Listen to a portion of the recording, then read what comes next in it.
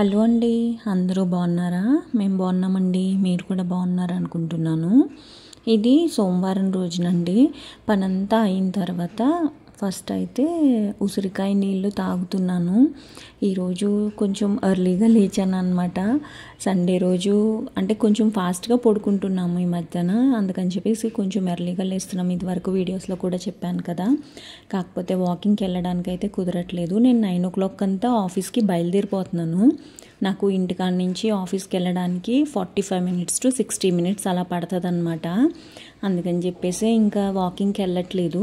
కుదిరినప్పుడల్లా సాయంత్రం వచ్చి కానీ ఆఫీస్ దగ్గర కానీ వాకింగ్ చేస్తున్నాను అనమాట. ఎవరైనా కానీ ఇలాగా క్యూబ్స్ లాగా ఓన్లీ ఉసిరికాయ చేసుకోవాలి అని అనుకుంటే కనుక అందులో కొంచెం అల్లము అలాగే కొంచెం కరివేపాకు కూడా వేసుకోండి.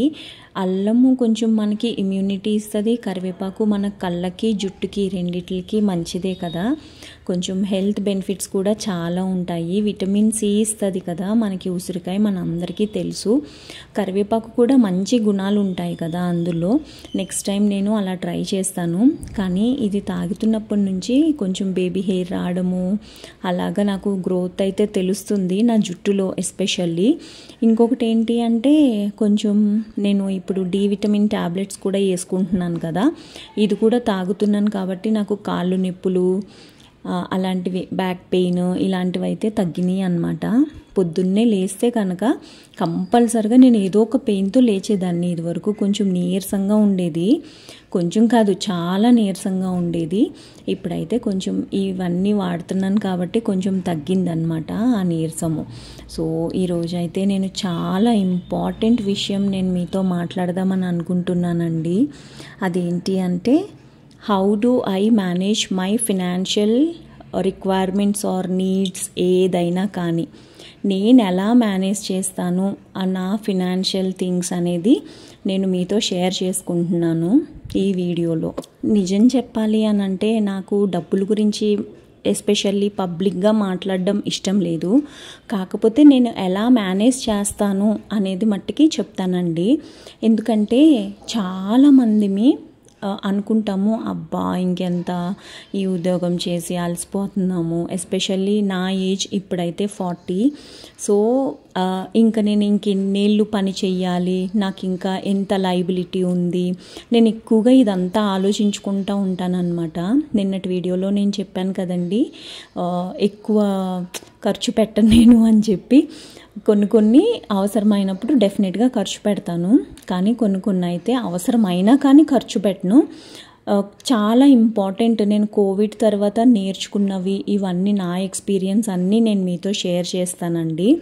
లిటరల్గా చెప్పాలి అని అంటే నాకు జూన్ అండ్ జూలై, ఇప్పుడు ఇంకా మనం జూలై ఈరోజు 22, జూలై 22కి నాకు లిటరల్గా 1,08,000 ఖర్చు వచ్చిందండి.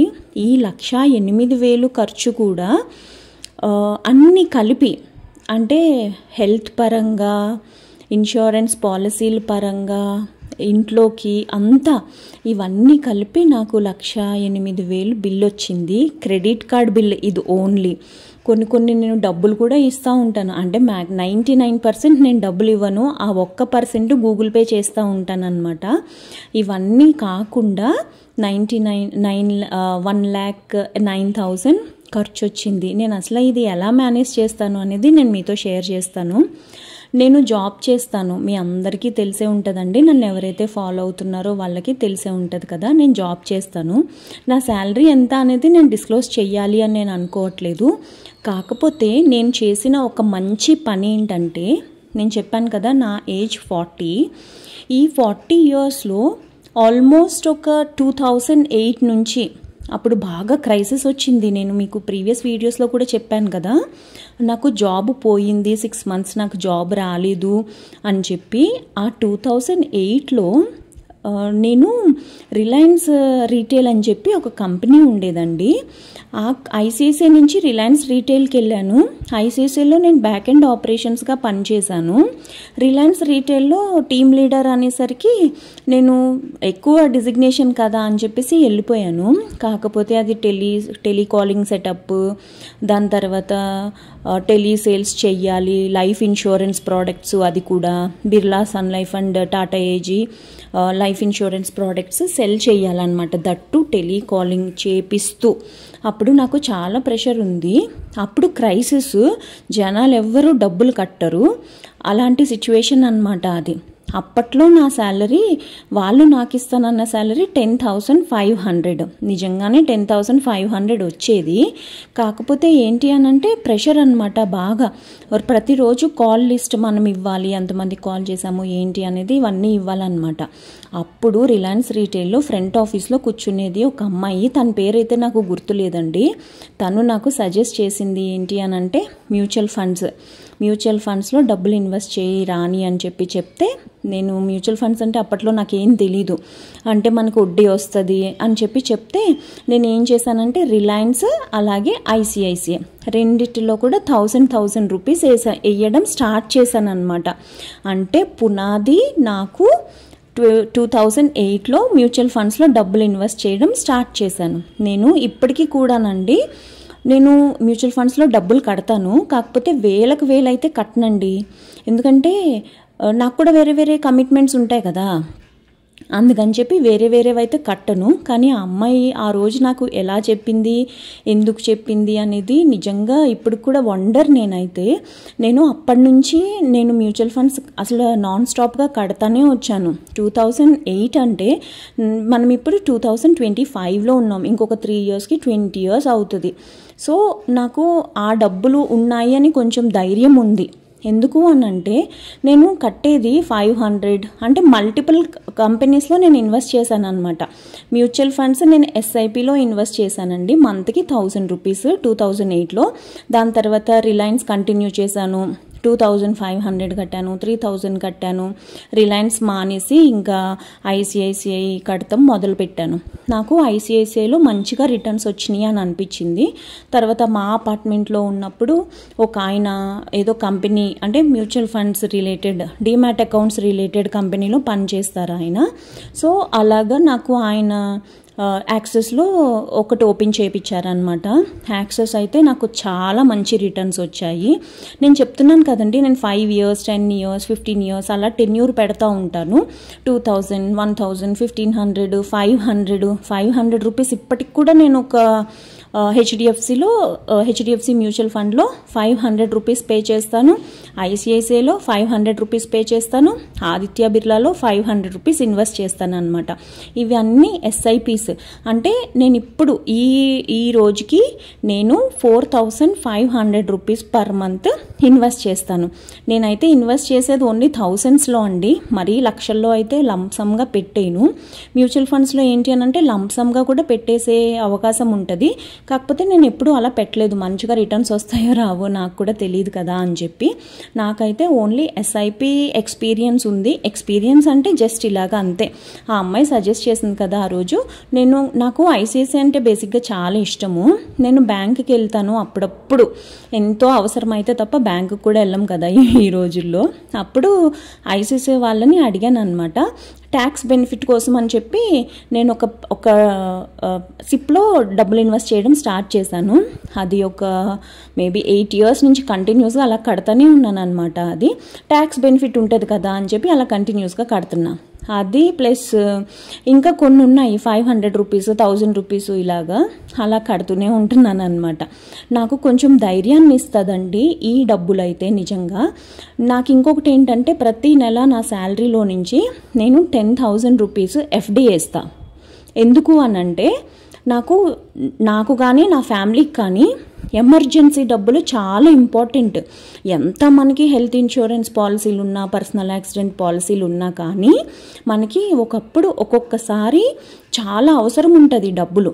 అందుకని చెప్పి కంపల్సరిగా నేను మినిమం 1 to 1.5 lakhs అట్టే పెట్టుకుంటాను.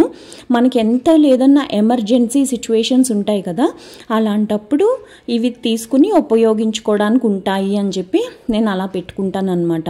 నా ఒపీనియన్ ఏంటి అని అంటే, నేను ఎవరిని డబ్బులు అడగకూడదు, ప్లస్ నేను ఎవ్వరికి ఇవ్వను కూడా. ఎందుకు అనంటే, మనం ఇచ్చిన తర్వాత ఫస్ట్ ఆఫ్ ఆల్ నాకు మొహమాటం ఎక్కువ, నేను అడగలేను. అలాగే కొన్ని డబ్బులు నేను మిస్ అయిపోయాను కూడా. 75,000 ఒకళ్ళ దగ్గర మోసపోయాను.